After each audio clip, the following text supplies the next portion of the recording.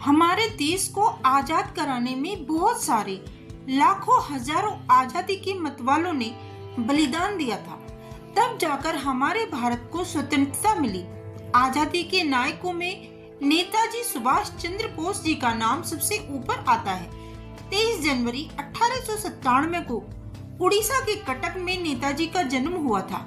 नेताजी का मानना था कि अंग्रेजों से आजादी मांगने से नहीं मिलने वाली, इसलिए नेताजी ने आजाद हिंद फौज बनाई। वो अंग्रेजों को भारत से भगाकर आजादी हासिल करना चाहते थे। तुम मुझे खून दो, मैं तुम्हें आजादी दूंगा। ये नारा नेताजी ने इसी मकसद को पूरा करने के लिए दिया था। नेताजी का जीवन आज तक रहस्य बना हुआ है। सुभाष चंद्र बोस जी के महात्मा गांधी और जवाहरलाल नेहरू के साथ क्या संबंध थे, उनको भी लेकर चर्चाएं होती रहती हैं। सुभाष चंद्र बोस जी का निधन कब हुआ, क्या वो आज भी जीवित है, इस तरह की चर्चाएं भी होती रहती हैं। इस वीडियो में हम आपको आज ऐसी जानकारी देंगे जो आपने आज से पहले ना सुनी होंगी। नेताजी के निधन को लेकर सरदार पटेल नेहरू से भिड़ गए थे। इस वीडियो में ये भी बताएंगे। नेताजी सुभाष चंद्र बोस आजादी के ऐसे महानायक हैं जिनके बारे में अनेक रहस्य बने हुए हैं। अक्सर नेताजी के निधन को लेकर सवाल उठते रहते हैं। कहा जाता है कि नेताजी की मौत 1945 में एक प्लेन क्रैश में हो गई थी, लेकिन आज तक यह पता नहीं चल पाया कि नेताजी का निधन हुआ था या नहीं हुआ था। जो सवाल आज तक रहस्य बना हुआ है, उस पर साल 1946 में जवाहरलाल नेहरू ने बयान दिया था। नेहरू ने सुभाष चंद्र बोस जी की मृत्यु की घोषणा कर दी थी, जिस पर विवाद हुआ था। सरदार पटेल ने नेहरू की घोषणा से असहमति जताई। नेताजी सुभाष चंद्र बोस जी की मौत को लेकर आई एक किताब the Bose life after death 12 अक्टूबर 1946 को नेहरू ने बयान दिया था कि सुभाष चंद्र बोस जी की मृत्यु ताइवान के ताइपे में हो चुकी है। सरदार पटेल ने नेहरू के बयान से असहमति जताई। ये सब अनुजधर और चंद्रचूड़ ने अपनी बुक में डिटेल में बताया है। सरदार पटेल ने कहा था कि सरकार इस बारे में कोई आधिकारिक बयान देने की स्थिति में नहीं है। नेहरू के मुताबिक नेताजी का निधन हो चुका था, लेकिन वही सरदार पटेल का मानना था कि जब सरकार को इस बारे में जानकारी नहीं है तो इस तरह का बयान नहीं देना चाहिए। फिर ये भी कहा गया कि जहां ताइवान के ताइपाई में नेताजी की मृत्यु हुई है, वहां जांच कराई जाए, लेकिन नेहरू ने वो जांच भी रुकवा दी। नेताजी सुभाष चंद्र बोस जी का निधन आज भी रहस्य बना हुआ है। उनकी मृत्यु पर जो जांच हुई, उससे भी कुछ स्पष्ट नहीं हो सका। चलिए जानते हैं कि नेताजी की मौत आज भी रहस्य क्यों बनी हुई है। सरकारी दस्तावेजों के अनुसार सुभाष चंद्र बोस जी की मौत 18 अगस्त 1945 को प्लेन क्रैश में हुई थी। कहा जाता है कि जिस विमान से सुभाष बोस मंचूरिया जा रहे थे, वो लापता हो गया था। उनके विमान के लापता होने से ही कई सवाल खड़े हो गए। क्या विमान दुर्घटनाग्रस्त हुआ था? क्या सुभाष चंद्र बोस जी की मृत्यु एक हादसा थी या फिर एक हत्या? उसी साल जापान की एक संस्था ने एक खबर जारी की, जिसमें कहा गया कि सुभाष चंद्र बोस जी का विमान ताइवान में दुर्घटनाग्रस्त हुआ था, जिसकी वजह से उनकी मृत्यु हो गई। किसी संस्था से ऐसा बयान आने पर इस हादसे को सच माना जा सकता था। कुछ ही दिनों बाद जापान ने पुष्टि की कि जापान में उस दिन कोई विमान हादसा नहीं हुआ था। इस बयान से संशय और बढ़ गया। जब कोई विमान हादसा हुआ ही नहीं, तो नेताजी कहाँ गए? सुभाष चंद्र बोस जी की मृत्यु इसलिए भी रहस्य बनी हुई है क्योंकि जवाहरलाल नेहरू ने बोस के परिवार की जासूसी करवाई थी। अप्रैल 2015 में आईबी की 2 फाइलें सार्वजनिक हुई, जिसके बाद विवाद खड़ा हो गया। इन फाइलों के मुताबिक इंटेलिजेंस ब्यूरो ने लगभग 2 दशक तक नेताजी के परिवार की जासूसी की थी। कई परिवारों का मानना है कि नेहरू को सुभाष चंद्र बोस जी के जिंदा होने का शक था, इसलिए वो उस परिवार के पत्रों की जांच करवाते थे ताकि नेताजी अगर परिवार से संपर्क करें तो पता चल सके बाद में सुभाष चंद्र बोस जी की मृत्यु से जुड़ी 37 फाइलें सार्वजनिक कर दी गई थी, लेकिन इन फाइलों में भी ऐसे पुख्ता सबूत नहीं मिले जो दावा कर सके कि नेताजी की मौत विमान हादसे में ही हुई थी। नेताजी के समर्थकों का मानना है कि वे आजादी के समय भी जीवित थे। आज भी ये ही सवाल है कि क्या वाकई में सुभाष चंद्र बोस जी की मृत्यु विमान हादसे में हुई थी? अगर हाँ, तो क्या ये हादसा था या हत्या? और अगर ये हादसा नहीं हुआ तो नेताजी कहाँ गए और क्यों दुनिया से छिप कर रहे? कुछ साल पहले नेताजी के बारे में एक थ्योरी सामने आई थी, जिसमें कहा गया कि गुमनामी बाबा ही सुभाष चंद्र बोस जी थे। क्या नेताजी सुभाष चंद्र बोस ही गुमनामी बाबा थे? क्या नेताजी ने ही गुमनामी बाबा बन अपना आखिरी वक्त फैजाबाद में बिताया था? यह गुमनामी बाबा कोई नेताजी के बेहद खास थे।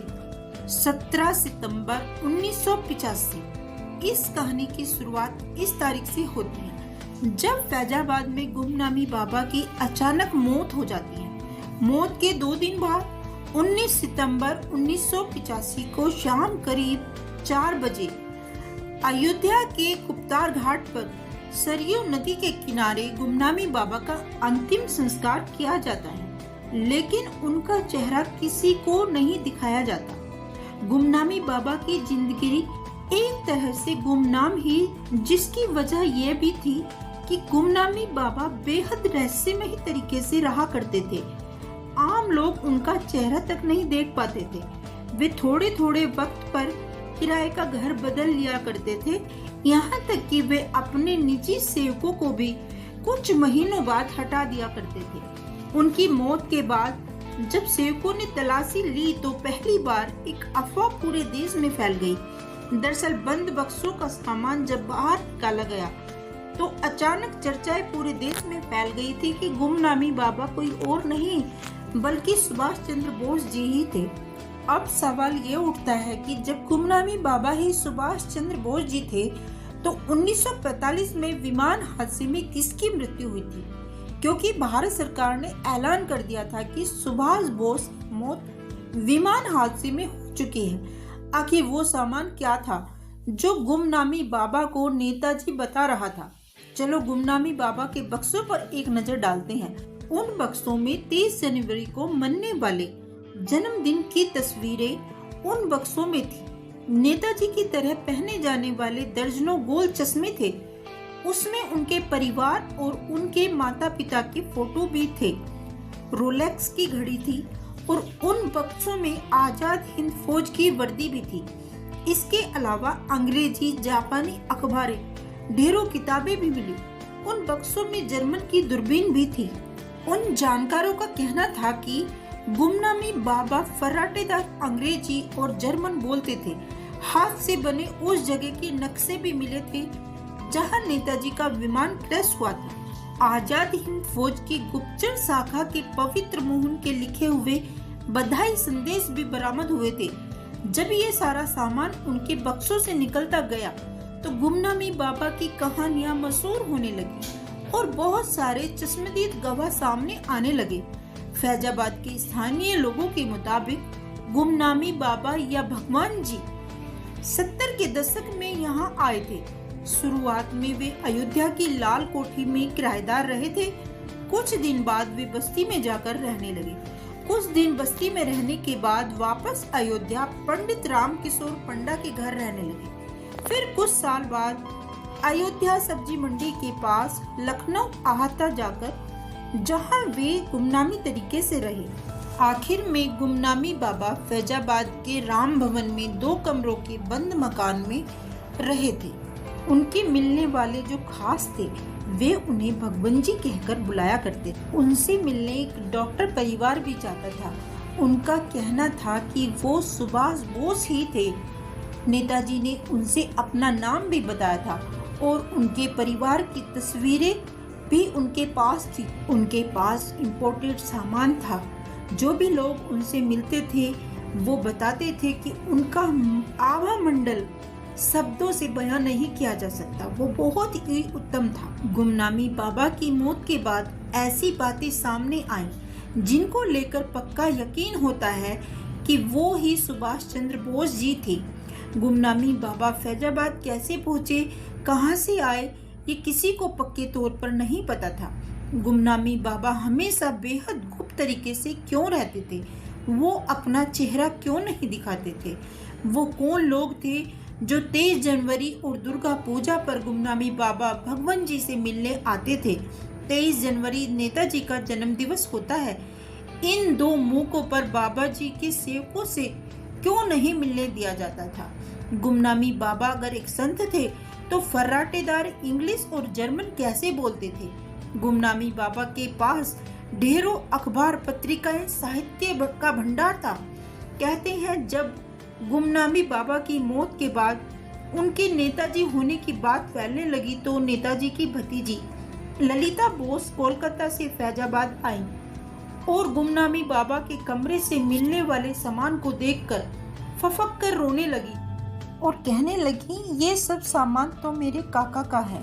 उसके बाद गुमनामी बाबा को नेताजी सुभाष चंद्र बोस होने के लिए कई जगह प्रदर्शन भी हुए और सरकार ने इस मामले की जांच के लिए एक मुखर्जी आयोग का गठन भी किया। हम सभी देशवासियों का यही कहना है कि नेताजी सुभाष चंद्र बोस जी की मृत्यु के लिए पूरी जांच होनी चाहिए। तो अच्छा लगा हो तो लाइक, सब्सक्राइब और कमेंट्स करना प्लीज।